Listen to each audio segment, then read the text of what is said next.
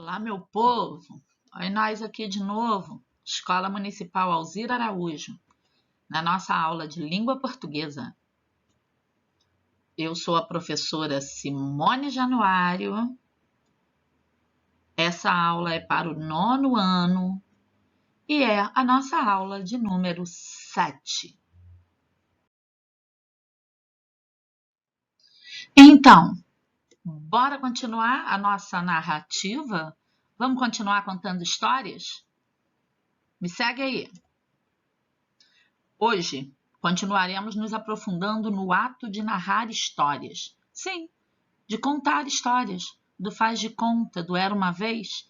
E vamos entender um pouquinho mais sobre as personagens que podemos criar dentro das nossas narrativas, como nós podemos criá-las, como elas podem ser, qual vai ser o nível de importância de cada uma delas. E vamos também tentar entender como o tempo e o espaço podem ser construídos numa narrativa.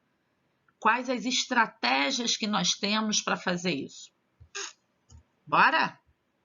Num próximo momento, nós procuraremos entender a estrutura básica dos gêneros textuais, que tem como base a narrativa. É importante, muito importante, que vocês entendam que a narrativa é uma tipologia, é uma maneira de escrever, de contar histórias. E aí, dentro dessa maneira, vários gêneros vão se encaixando. Tudo bem? Vamos continuar? E lá vamos nós.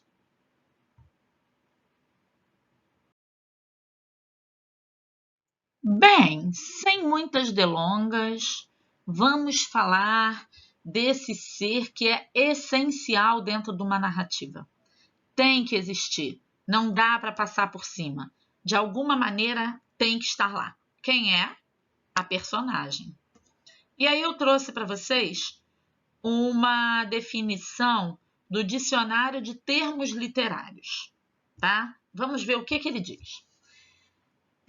O personagem ou a personagem, é bom que a gente já esclareça que pode estar tanto no feminino como no masculino, designa no interior da prosa literária, e aí essa prosa pode ser conto, novela, romance, crônica, teatro, dentre outros gêneros, os seres fictícios construídos à imagem e semelhança dos seres humanos.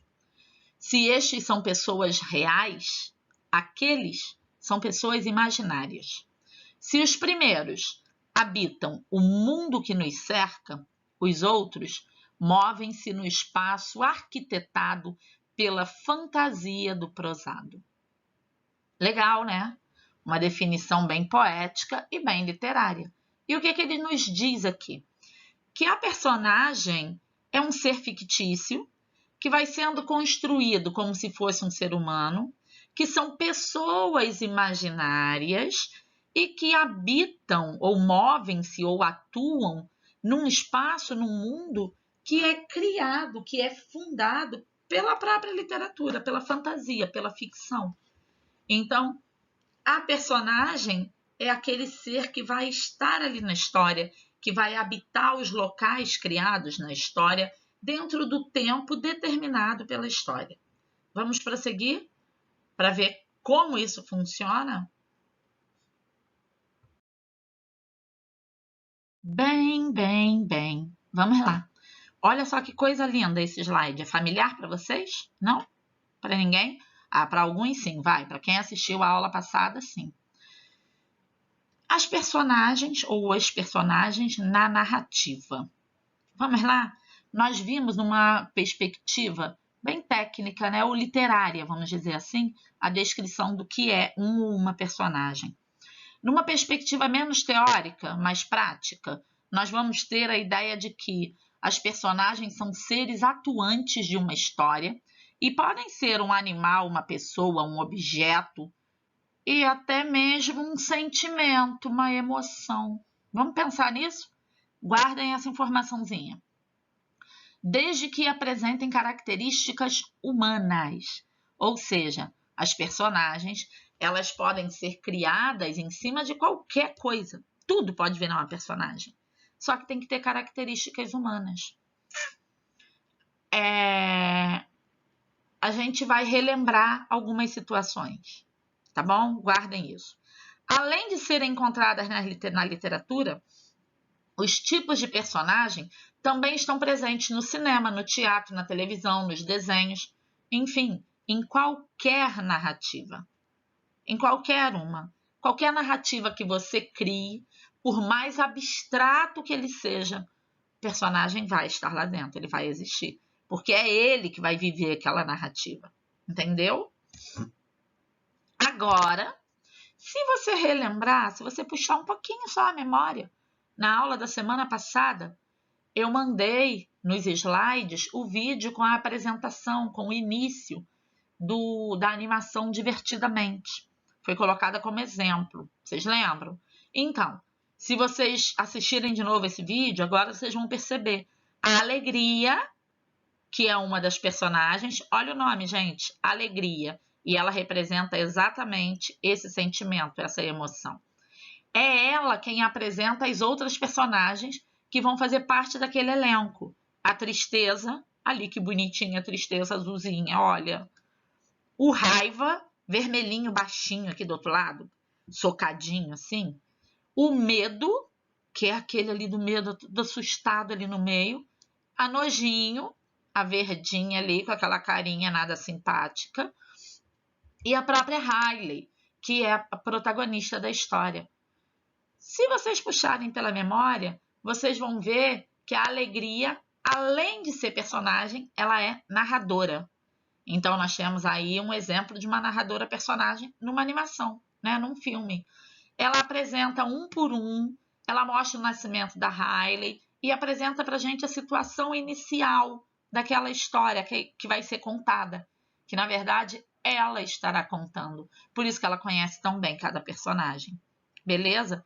Se vocês quiserem puxar mais um pouquinho pela memória, quem já leu ou já assistiu A Bela e a Fera vão lembrar das xícaras, dos pratos, dos talheres, dos castiçais, tudo no castelo da fera que vai tomando vida e vai tomando características humanas.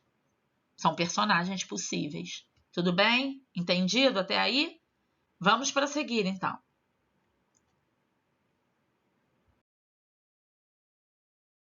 Bem. Nosso objetivo aqui hoje vai ser falar das personagens na narrativa. Vamos ver o que é isso, como funciona. Vamos falar sobre personagens nos textos de ficção, tá? Basicamente dos contos, das novelas, dos romances, das crônicas. Esses textos que são de ficção, literários principalmente. Que papel ou função essa personagem pode ter ali dentro, né? E que status cada uma dessas personagens pode assumir. O que eu vou chamar de status? É se ela é a principal, se ela é secundária, qual o grau de importância dela dentro dessa história.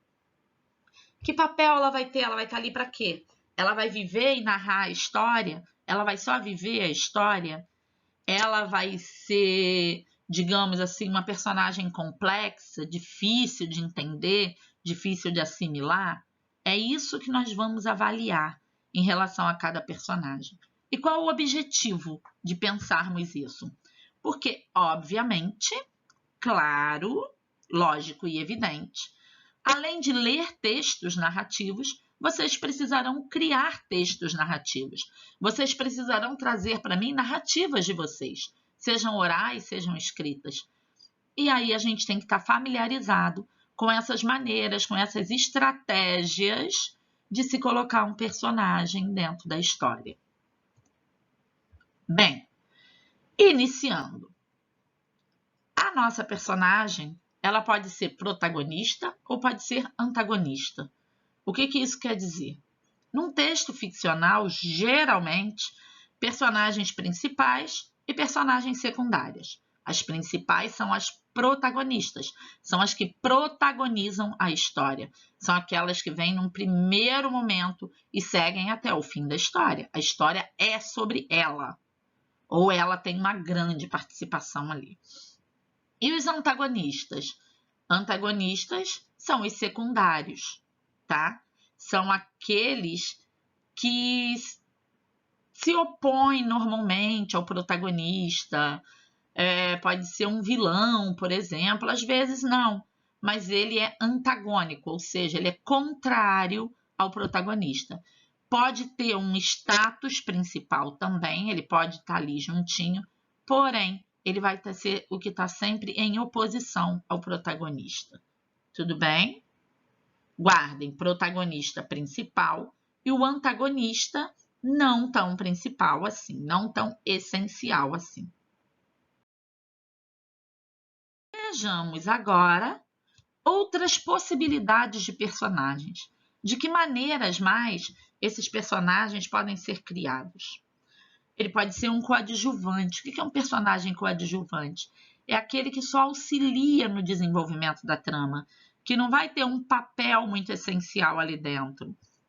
Ele exerce uma função que pode ou não estar relacionada à história principal. Ele pode estar relacionado, se for o caso de um romance, de uma novela, de um filme, ele pode estar relacionado a um conflito alternativo, um segundo conflito, um que está por trás daquele principal.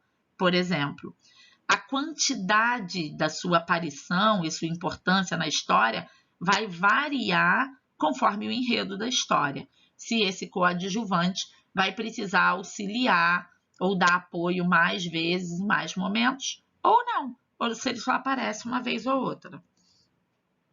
E temos um que é bem menos importante, mas que é importante vocês saberem que existe, sim, que é o figurante. Ele não é fundamental para o enredo principal, tem o objetivo apenas de ilustrar o ambiente, normalmente não tem fala nenhuma, só aparece. E ele não é muito comum em narrativas escritas, mesmo porque ele é mais visual, certo? Então vai ser comum em filmes, em novelas, telenovelas no caso, em animações, tudo que usa o audiovisual, tudo bem? Mas é importante vocês saberem que o figurante existe. Vai que a gente resolve montar uma peça teatral até o final do ano, né? E aí vocês vão precisar de alguns figurantes em cena. Vamos lá, povo, vamos seguir. Todo mundo acordado aqui comigo, hein? Juntinho. A construção da personagem. Vamos lá. Como a personagem ou as personagens podem ser construídas na hora da minha produção do texto? Na perspectiva dessa construção, as personagens podem ser mais ou menos complexas. Ou seja, a depender da função social do texto, se esse texto tem só o objetivo de entreter, ou se ele tem o objetivo de fazer com que o leitor reflita sobre situações diversas, elas vão ser construídas e podem ser totalmente planas. O que é isso? Plano é aquilo que você olha e vê por inteiro, certo? Não tem muita complexidade, não é bem superficial, é só aquilo que você está lendo e é previsível. Você já sabe exatamente qual é o papel ali, como vai agir, como não vai. Ou pode ser mais redonda, uma coisa mais fechada, que você não vai conseguir ver todos os ângulos, todos os lados. Esse personagem mais redondo, mais fechadinho, ele é complexo, ele é com mais profundidade, é imprevisível. Não dá para você ter certeza de tudo que ele vai fazer. Esses são mais comuns em narrativas que têm o objetivo de fazer com que o leitor reflita sobre situações diversas, fazer com que o leitor se aprofunde no texto, com que o leitor traga o texto para a sua vida. Aí as personagens vão ser mais redondas, mais complexas, vamos dizer assim. Se eu tenho um texto só com o intuito de entretenimento, que não queira fazer o leitor pensar muito, nem se cansar, eu vou construir personagens bem planas, bem superficiais. Tudo bem? Essas características que eu dei aqui, elas dizem respeito à maneira como o próprio autor vai construir a sua personagem, como ele a descreve, se opta por ser superficial ou não, se opta por apresentar para o leitor uma personagem mais difícil, mais complicada de entendimento. Beleza? Então, isso vai estar diretamente ligado à autoria do texto. Agora, saindo do elemento personagem, vamos entrar nos elementos tempo e espaço. Como o tempo e o espaço serão construídos na narrativa? O tempo, ele pode aparecer, ele pode se dividir ou ele pode ser construído de duas maneiras diferentes. Eu posso ter o meu tempo cronológico, que é esse tempo que a gente conhece. Ele é bem concreto, é um tempo mais físico mesmo, e que vai ordenar a sequência de fatos numa ordem linear mesmo. Vai falar sobre horas, dias, meses, anos, vai dar exatamente a localização temporal daquele acontecimento. Se aconteceu ontem, anteontem, se vai acontecer daqui a um mês. É exatamente isso. É um tempo físico, concreto. Naquele conto para depois da pandemia, que eu passei para vocês já em algumas atividades, ele começa localizando o tempo do acontecimento. Ele começa com a expressão ano passado. Isso é um tempo cronológico, é um tempo exato. Está ali contado para vocês. Em contrapartida, a gente pode ter também o tempo psicológico. Esse tempo psicológico, ele ordena os fatos a partir de pensamentos, de memória do personagem ou do narrador. Ele não vai estar relacionado ao espaço físico, mas ao interior do personagem. É aquele personagem construído de maneira mais complexa que vai trazer esse tempo a partir de seus pensamentos, a partir de sua ideia. É o tempo que a gente chama de fluxo de consciência. Lembra, na aula passada eu falei sobre fluxo de consciência. É aquele tempo relacionado à memória. No livro Memórias Póstumas de Brás Cubas, do Machado de Assis, por exemplo, a gente tem exemplo desse tempo mais psicológico. Se alguém já tiver lido Alice no País das Maravilhas, também a gente vai ter um exemplo de um tempo psicológico e não cronológico. Por que psicológico? Porque não tem uma contagem exata de tempo. As coisas vão acontecendo num determinado fluxo e vai e volta. A personagem traz memórias e vai para o futuro de novo. É uma coisa que meio que rompe com essa, digamos, essa fronteira entre presente, passado, futuro, que não vai me dar exatidão sobre isso. Ok? Vamos lá?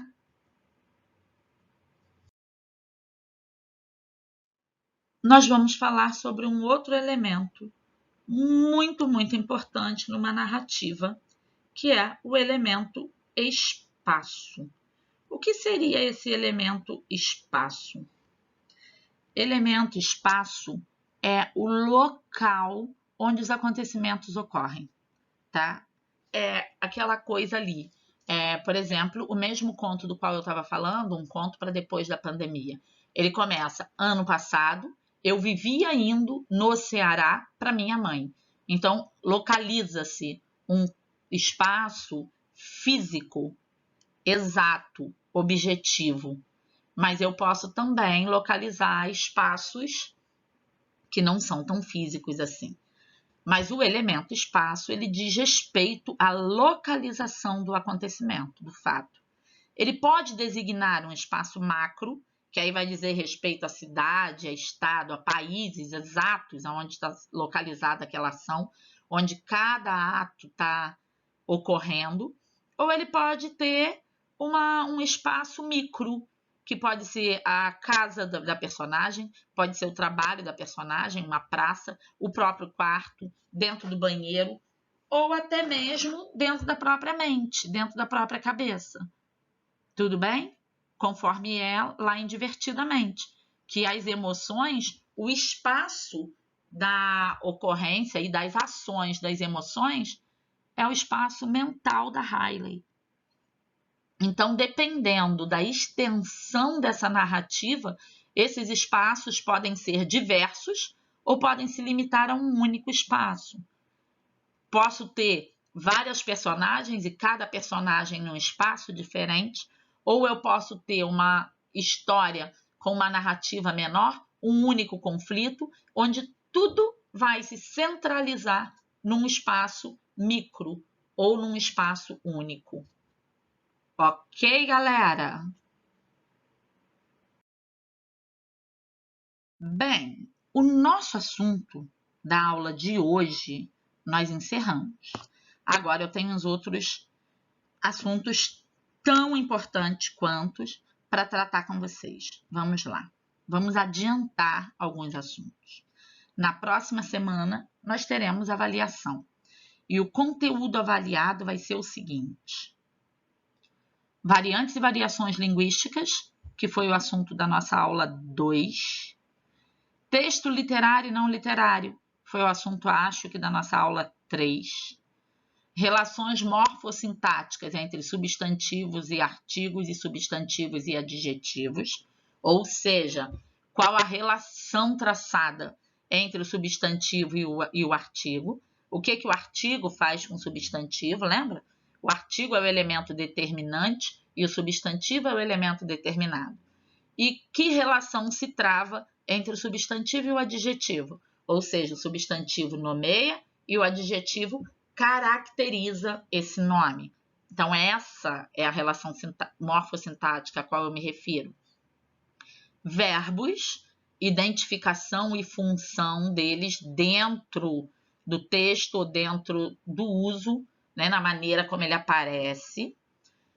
Texto de base narrativa. São os elementos da narrativa e a construção desses elementos. Os elementos da narrativa é o que nós vimos na aula passada. A construção desses elementos é a nossa aula de hoje. Tudo bem? Esses são os conteúdos. E aí é importante, muito importante, que vocês entendam que esses conteúdos estão amarrados, um relacionado ao outro, e que a ocorrência real de tudo isso é no discurso, é na nossa produção, é na comunicação, tá? Então, o que nós vamos ter na avaliação? Textos e discursos para serem analisados, avaliados, averiguados em relação a todo esse conteúdo que eu coloquei aqui. Tudo bem? Entendido? Por favor, quem não assistiu todas as aulas, quem perdeu alguma, quem não assistiu nenhuma, corre lá no canal da escola que ainda dá tempo. Recolhe todos os vídeos, assista com calma e faça as atividades pedidas, porque é através das atividades que vocês vão ter frequência e que vocês vão entender o conteúdo. O primeiro bloco de atividades, que foi referente ao mês de março, esse já foi fechado, tá? Do Google Forms. Eu aguardo a coordenadora agora nos autorizar a abrir, que vai ter uma determinada semana, que vai funcionar como uma certa recuperação de tempo, para nós reabrirmos esses forms e vocês correrem lá e tentarem fazer. É uma espécie de resgate. Tudo bem? Prossigamos para finalizar a nossa aula daqui. Eu ainda tenho uma tarefinha para vocês. Bem, ora. Sugestão de atividade no material carioca. Porém, onde lê-se sugestão, eu digo para vocês que é mentira. É uma peça que eu estou pregando. Não é sugestão nada. É obrigação. É para fazer e me enviar. Ok? As páginas 7 e 8, leitura do texto 4, que é o texto História de Sonho, e as questões referentes a ele. Depois, vocês vão para as páginas 14 a 16, que é a leitura dos textos 9 e 10. São os textos Leitura e A Moça Tecelã. E as questões referentes a esses dois textos. E aí vocês vão tirar foto das questões respondidas e enviar para esse e-mail que eu estou deixando aqui para vocês. simone.januario@rioeduca.net. Por favor, somente para esse e-mail. Não é para mandar para o outro ao qual o meu Google Forms está vinculado, tudo bem? O meu e-mail de trabalho é esse, e é nesse que eu vou procurar os arquivos de vocês. Entendido? Beleza? Bem, ao terminar essa aula, vocês vão rolar um pouquinho, vão lá embaixo na descrição do vídeo.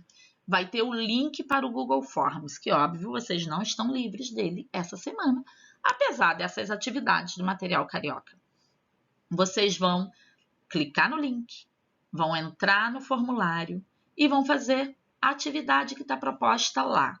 É uma atividade de produção textual, que vocês vão seguir as orientações que estão lá, fazer a atividade, fotografar, anexar no Google Forms e enviar para mim.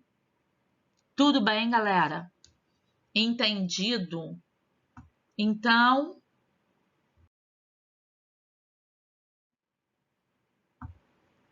seguem as referências de sites que vocês podem pesquisar, de materiais que eu usei para me basear para a aula de vocês. E no mais, um grande beijo e até a próxima semana. Tchau!